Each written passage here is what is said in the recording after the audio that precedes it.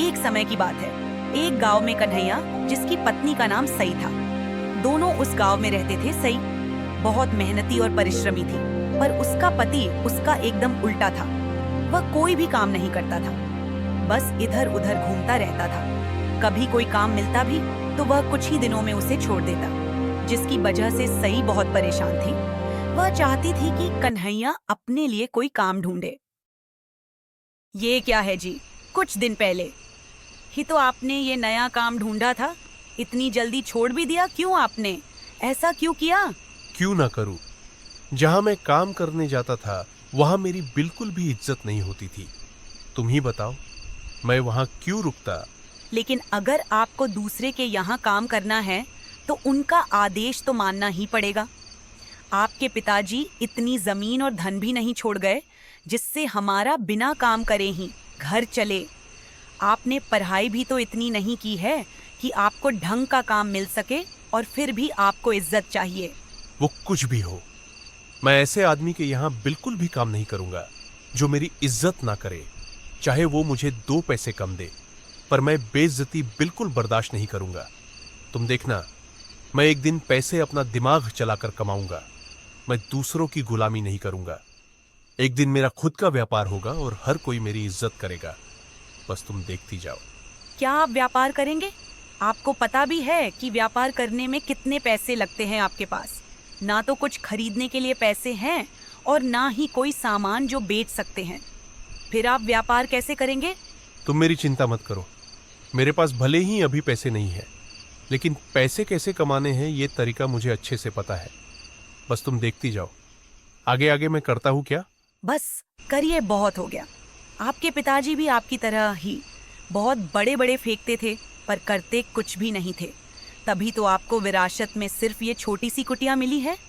सबके दादा परदादा उनके लिए जमीनें और रुपये पैसे छोड़ के गए, और आपके बस यही, जिसमें सुख से रह भी नहीं सकते।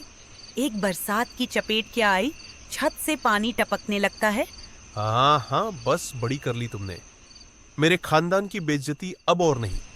बस तुम देखो, पहला व्यापार मैं मक्के से शुरू करूंगा, फिर धीरे धीरे व्यापार बढ़ेगा और आमदनी होगी। कुछ दिन बीतने के बाद कन्हैया बोलता है, सही में पास के बाजार में मकई के दाने बेचने जा रहा हूँ। और यह कहकर वह अपने सर पर मकई से भरी टोकरी लेकर बाजार की ओर चल पड़ा। पर बाजार में कई दुकानें थीं जिसमें कई तरह के सामान थे, और कोई भी कन्हैया के पास नहीं आ रहा था। वह बोल बोल कर लोगों को बुला रहा था कि वो आए और मकई खरीदे। बहुत देर के बाद एक आदमी की नजर कन्हैया के बेच रहे मकई के दाने पर गई। वह कन्हैया के पास आया और बोला, क्या ये सारे मकई के दाने तुम्हारे हैं और क्या तुम इन्हें बेचना चाहते हो? हाँ, ये मेरे हैं और मैं इन्हें बेचना चाहता हूँ। क्या आप इसे मुझसे खरीदना पसंद करेंगे? हाँ, मैं इसे खरीदना पसंद करूंगा, पर पहले तुम ये बताओ कि तुम इसकी कीमत क्या लोगे? ये एक सेर मकई के दानों की कीमत 2 चांदी के सिक्के है। क्या इतना महंगा? क्या तुम इस बाजार में नए हो?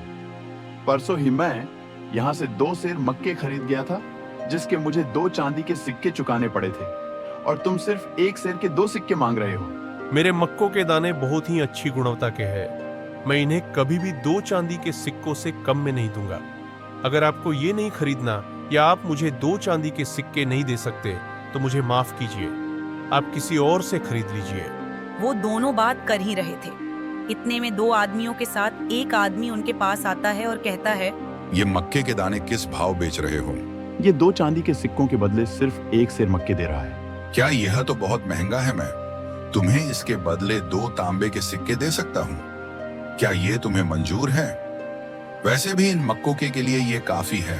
जी मुझे माफ कीजिए, अगर ये कीमत आपको नहीं पड़ता है तो आप रहने दें। मैं आपको ये मक्के नहीं बेच सकता। तुम्हारी हिम्मत कैसे हुई मुझे इनकार करने की? क्या तुम्हें पता है कि मैं कौन हूँ? मेरा नाम वीरा स्वामी है। मैं इस एरिया का सबसे धनी आदमी हूँ। मुझे मना करना तुम्हारे लिए भारी पड़ सकता है। अच्छा, जब आप इतने ज्यादा अमीर हैं तो 2 चांदी के सिक्के क्यों नहीं आपकी जेब से निकल रहे और बात अमीरों की करते हैं? देखिए, मैं साफ साफ कह रहा हूं, इन मक्कों की कीमत 2 चांदी के सिक्के है। अगर आप मुझे 2 सिक्के देंगे तभी मैं आपको यह बेच सकता हूं, वरना माफ कीजिए। आप जाइए यहाँ से, मेरा समय बर्बाद मत कीजिए। तुम्हारी हिम्मत कैसे हुई मुझे यहाँ से जाने के लिए कहने की? इतनी बेइज्जती आज तक मेरी किसी ने नहीं की, और तुम्हारी ये मजाल की तुम मुझे यहाँ से जाने के लिए कहो। उसने अपने आदमियों से कहा कि इस आदमी के मक्के सहित इसे यहाँ से पकड़कर मेरे घर लेकर चलो। उसके आदमियों ने उसे पकड़ लिया और विराट स्वामी के कहने पर घर ले जाकर उसकी खूब पिटाई की। तो इतनी पिटाई काफी है, तुम्हारे सारे मक्कों के लिए बड़े आए थे मुझसे 2 चांदी के सिक्के ऐंठने वाले। कोई बात नहीं, अब आप देखिएगा कि इसका बदला मैं कैसे लेता हूँ। कन्हैया के ऐसा कहने पर उसके विराट स्वामी के आदमी दोबारा उसे पीटने लगे। अब जाओ यहाँ से, अब ना ही तुम्हें इन सब मक्कों के पैसे मिलेंगे और ना ही मैं ये सारे मक्के अब वापस करने वाला हूँ। कन्हैया मार खाने के कारण काफी कमजोर हो गया था और गुस्से में अंदर से था। घर आकर जब उसकी पत्नी ने उसकी हालत देखी तो हे राम, ये क्या हो गया जी? किसने आपको इतना मारा और किस लिए? आप तो मक्के की टोकरी लेकर बाजार गए थे ना, फिर आपके साथ ये क्या हो गया, बताइए मुझे। छोड़ो सही, कुछ भी नहीं हुआ, पर अब होगा। जिसने ये मेरे साथ किया है ना, उससे इसका बदला कई बार लेना है मुझे।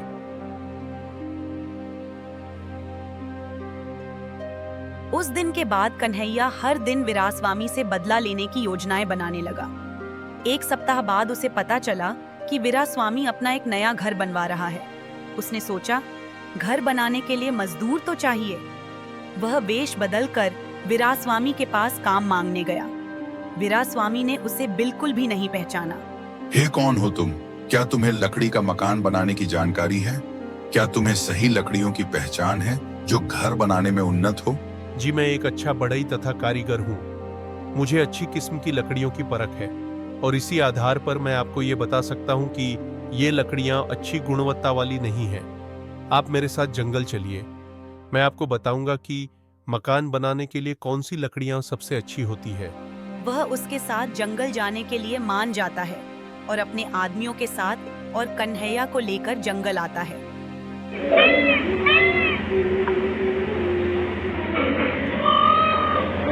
तभी वे एक जगह रुकते हैं। कन्हैया विराट स्वामी से कहता है, आप अपने आदमियों को यही रहने दीजिए, हम दोनों चलकर अच्छी नस्ल की लकड़ियों की पहचान करते हैं। विराट स्वामी यह सोचकर कि इसे लकड़ियों की अच्छी परख है और यह मेरे मकान को मजबूत बनाने में मददगार साबित हो सकता है, वह कन्हैया के पीछे अकेले चल दिया। जब कन्हैया उसके आदमियों के नजर से काफी दूर आ गया, तब वह एक जगह रुका और विराट स्वामी से बोला, मैं कोई कारीगर या बढ़ई नहीं हूँ, बल्कि मैं कन्हैया हूँ, जिसके तुमने सारे मक्के ले लिए थे और जिसकी तुमने पिटाई की थी। यह बोलकर वह विराट स्वामी को पीटने लगता है। क्यों विराट स्वामी, कैसा लगा? अब पता चला कि किसी की पिटाई होती है तो कैसा लगता है। और यह कहकर वह वहां से भाग गया। कुछ देर बाद उसके आदमी उसे लेकर घर आ गए, पर विराट स्वामी बहुत दर्द में था। वह कराह रहा था। तभी कन्हैया डॉक्टर का वेश बदलकर उनके आदमियों के पास आया और बोला, देखो, मैं जानता हूँ कि आपके मालिक की तबीयत ठीक नहीं है। मेरे पास दुनिया की सबसे अच्छी दवाएं हैं, जिसे प्रयोग में लाने से आपके मालिक बहुत ही जल्द ठीक हो जाएंगे। विराट स्वामी के आदमी उसे घर के अंदर ले गए और विराट स्वामी से कहा, मालिक, यह एक डॉक्टर है। इसका कहना है कि इसके पास सबसे अच्छी दवाएं हैं और ये आपका इलाज बेहतर तरीके से कर सकते हैं, इसीलिए इन्हें हम यहाँ लेकर आए हैं। महाशय, आप सच में एक अच्छे चिकित्सक मालूम होते हैं। कृपया मेरा दर्द ठीक कर दीजिए। मैं आपको इसकी अच्छी कीमत दूंगा। बस मेरा दर्द ठीक हो जाना चाहिए। एक रूढ़ आदमी ने मेरी ये हालत की है। जी सेठ, मैं आपका इलाज तो कर दूं, पर दवाइयां बनाने के लिए मेरे पास सामग्रियां नहीं है। वो सिर्फ जंगल में ही मिलती है। क्या आप अपने आदमियों से कहकर वो सामग्रियां मंगवा सकते हैं? कन्हैया के ऐसे बोलने पर विराट स्वामी अपने आदमियों को दवा की सामग्रियां लाने के लिए जंगल भेज देता है। उसके आदमियों के जंगल जाते ही कन्हैया बोलता है, ओ विराट स्वामी, एक बार फिर तुम मेरे झांसे में आ गए। मैं कोई डॉक्टर नहीं हूँ, बल्कि कन्हैया हूँ, और अब दूसरी बार तेरी पिटाई करूंगा। यह बोलकर वह विराट स्वामी को पीटने लगता है। अभी मेरा बदला पूरा नहीं हुआ है, मैं फिर आऊंगा। और यह कहकर कन्हैया वीरा के घर में जो भी रुपए पैसे दिखे सारे उठाकर भाग गया। कन्हैया जो पोटली वीरास्वामी के घर से लाया था उसमें बहुत सारे पैसे थे। कन्हैया ने उन पैसों से एक व्यापार शुरू किया और इधर वीरास्वामी कुछ दिनों के बाद ठीक हो गया और चलने फिरने लगा। पर उसे हमेशा इस बात का डर रहता था कि कन्हैया कहीं फिर से उसे पीट ना दे। वह हमेशा सावधान रहने लगा। कुछ दिन बीतने के बाद एक दिन कन्हैया रास्ते में जा रहा था। तभी उसने देखा कि एक आदमी घोड़ा बेच रहा है। वह उसके पास आया और बोला, क्या ये सबसे तेज रफ्तार से भागने वाले घोड़े हैं? जी, मेरे पास सबसे अच्छे नस्ल के घोड़े हैं जो बहुत ही तेज रफ्तार से भागते हैं। क्या आप खरीदना चाहेंगे? तभी कन्हैया की नजर दूर बैलगाड़ी पर आ रहे वीरास्वामी पर पड़ी और उसके मन में एक तरकीब आई। उसने घोड़े बेचने वाले से कहा, अगर मैं जैसा बोलूं, तुम अगर वैसा करोगे तो मैं तुम्हें इसके बदले महंगी राशि दूंगा। हाँ, पर मुझे क्या करना होगा? तुम्हें वो बैलगाड़ी पर आता आदमी दिखाई दे रहा है। तुम्हें उसे जाकर कहना है कि तुम कन्हैया हो और तेज रफ्तार में दूसरी तरफ भागना है। व्यापारी मान गया और घोड़ा लेकर वीरास्वामी के पास गया। मैं कन्हैया हूँ जिसे तुम इतने दिनों से ढूंढ रहे हो। और इतना कहकर वह वहां से तेज रफ्तार में दूसरी तरफ भाग गया। अरे सुनो, वो कन्हैया है, उसे जल्दी से पकड़ो, मुझे उससे बहुत कुछ वसूलना है। अरे मूर्खों, मेरा मुंह क्या देख रहे हो? जाकर पकड़ो उसे। उसके आदमी उसे पकड़ने के लिए भागे। तब कन्हैया वीरास्वामी के पास आता है। हाँ तो वीरास्वामी, आखिर एक बार फिर तुम मेरे झांसे में आ गए।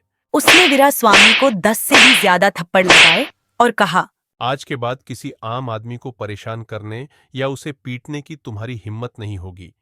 जो सबक मैंने तुम्हें सिखाया है ना, उसे तुम हमेशा याद रखना। और यह कहकर कन्हैया अपने घर चला गया। पर वीरास्वामी को कन्हैया की बात बराबर याद रही और फिर कभी उसने किसी गरीब को डराने धमकाने की कोशिश नहीं की।